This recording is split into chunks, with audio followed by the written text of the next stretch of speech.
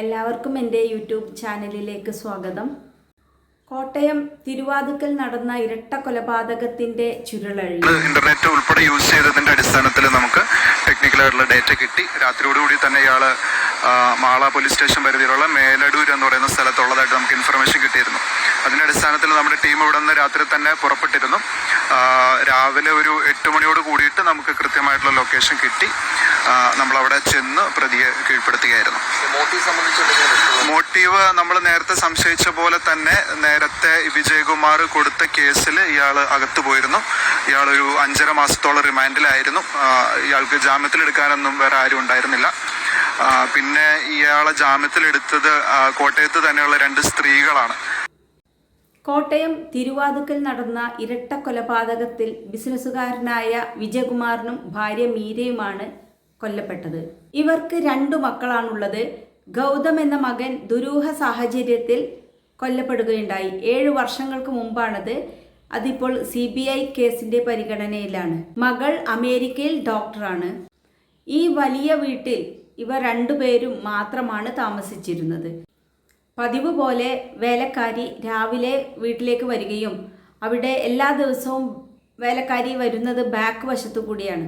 അങ്ങനെ വീട്ടിലേക്ക് കയറാൻ വേണ്ടി വരുമ്പോഴാണ് മുൻവശത്തെ വാതിൽ തുറന്നു കിടക്കുന്നതും. അങ്ങനെ മുൻവശത്തെ വാതിലിലൂടെ കയറി വന്ന വേലക്കാരി കണ്ടത് വിജയകുമാർ ഹാളിലും ഭാര്യ ബെഡ്റൂമിലും മരിച്ചു കിടക്കുന്നതായിട്ടാണ്. വളരെ ക്രൂരമായിട്ടാണ് ഈ 2 പേരെയും കൊന്നിരിക്കുന്നത്. മുഖം വളരെ വികൃതമാക്കിയിരുന്നു. വീട്ടിൽ നിന്നും 3 മൊബൈൽ ഫോണുകളും അതോടൊപ്പം CCTVയുടെ ഹാർഡ് ഡിസ്കും മാത്രമാണ് നഷ്ടപ്പെട്ടിരുന്നത്. ഈ കേസിലെ പ്രതി അമിത് ഒറാങ് കസ്റ്റഡിയിലായിരിക്കെയാണ്. അയാൾ കുറ്റസമ്മതം നടത്തുകയും ചെയ്തു. ഇയാൾ ആസാം സ്വദേശിയാണ്. തൃശ്ശൂരിലുള്ള ഒരു കോഴി ഫാമിൽ നിന്നാണ് ഇയാളെ പിടികൂടുന്നത്. കുടുംബം തകർത്തതിൻ്റെ വൈരാഗ്യമാണ് ഈ കൊലയിലേക്ക് നയിച്ചതെന്നാണ് അമിത് പറയുന്നത്. അമിത് ഈ വീട്ടിലെ സെക്യൂരിറ്റിയായി ജോലി നോക്കിക്കൊണ്ടിരിക്കുന്ന സമയത്ത് അവിടെ നിന്നും ഒരു മൊബൈൽ ഫോൺ കവർന്നതിൻ്റെ പേരിൽ കേസ് ഉണ്ടാവുകയും അതോടനുബന്ധിച്ച് അമിതിനെ പോലീസ് പിടിക്കുകയും 6 മാസത്തോളം അയാൾ ജയിലിലായിരുന്നു. ഇതിൻ്റെ എല്ലാം പക വെച്ചാവണം ഇയാൾ ഇങ്ങനെ ഒരു ക്രൂരകൃത്യം ചെയ്തിരിക്കുന്നത്. ഈ വീടിൻ്റെ മതിൽ എന്ന് പറഞ്ഞാൽ 12 അടി ഉയരത്തിലുള്ള ഒരു ഗേറ്റും മതിലുമാണുള്ളത്. ഈ ഒരു മതിൽ ചാടിക്കടക്കുക എന്നത് ഈ വീടിനെ അറിയാവുന്ന ഒരാൾക്ക് മാത്രമേ സാധിക്കുകയുള്ളൂ. അതുകൂടാതെ ഈ വീടിനുള്ളിൽ 2 നായ്ക്കളും ഉണ്ടായിരുന്നു. ഈ ഒരു കൃത്യം നടക്കുന്ന സമയത്ത് ഈ 2 നായ്ക്കളും കുരച്ചില്ല. ഇയാൾ നേരെ പോയത് ഔട്ട് ഹൗസിലേക്കാണ്. അവിടെ കോടാലി ഇരിക്കുന്നുണ്ട് എന്നുള്ളതും ഇയാൾക്ക് അറിയാവുന്നത് തന്നെയാണ്.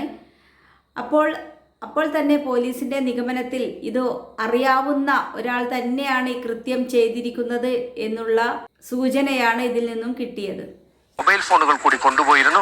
ഈ മൊബൈൽ ഫോൺ ഈ വിജയകുമാർ എന്ന് പറയുന്ന മരിച്ച വ്യക്തിയുടെ മൊബൈൽ ഫോൺ ഇന്ന് രാവിലെ പുലർച്ചെ തൃശ്ശൂർ ഭാഗത്ത് വെച്ച് ഓണാക്കിയപ്പോഴാണ് പോലീസിന് അത് ട്രാക്ക് ചെയ്ത് പ്രതിയെ പിടിക്കാൻ സാധിച്ചത്. അല്പസമയം മുമ്പാണ് ഈ പ്രതിയുമായിട്ട് ഈ സംഭവം നടന്ന സ്ഥലത്തിന് സമീപത്തായിട്ടുള്ള ഒരു പ്രദേശത്ത് അവിടെ നിന്ന്, അതായത് ഈ വീടിന്റെ സംഭവം നടന്ന തിരുവാതിക്കലെ ശ്രീവത്സം വീടിന്റെ സൈഡ് വഴിയുള്ള സമീപത്തു കൂടിയുള്ള ഒരു ചെറിയ ഇടവഴിയാണ്. ആ വഴിയിലൂടെ ഏകദേശം 300 മീറ്ററോളം മാറിയുള്ള ഒരു തോട്ടിലാണ് വന്നിരിക്കുന്നത്. പള്ളിക്കോണം എന്ന് പറയുന്ന ഒരു സ്ഥലമാണിത്. അവിടുത്തെ തോട്ടിലാണ് ഈ DVR ഉപേക്ഷിച്ചത് എന്നാണ് പ്രതി ചൂണ്ടിക്കാണിച്ചു കൊടുത്തത്. നമുക്കിപ്പോ ദൃശ്യങ്ങളിൽ കാണാം.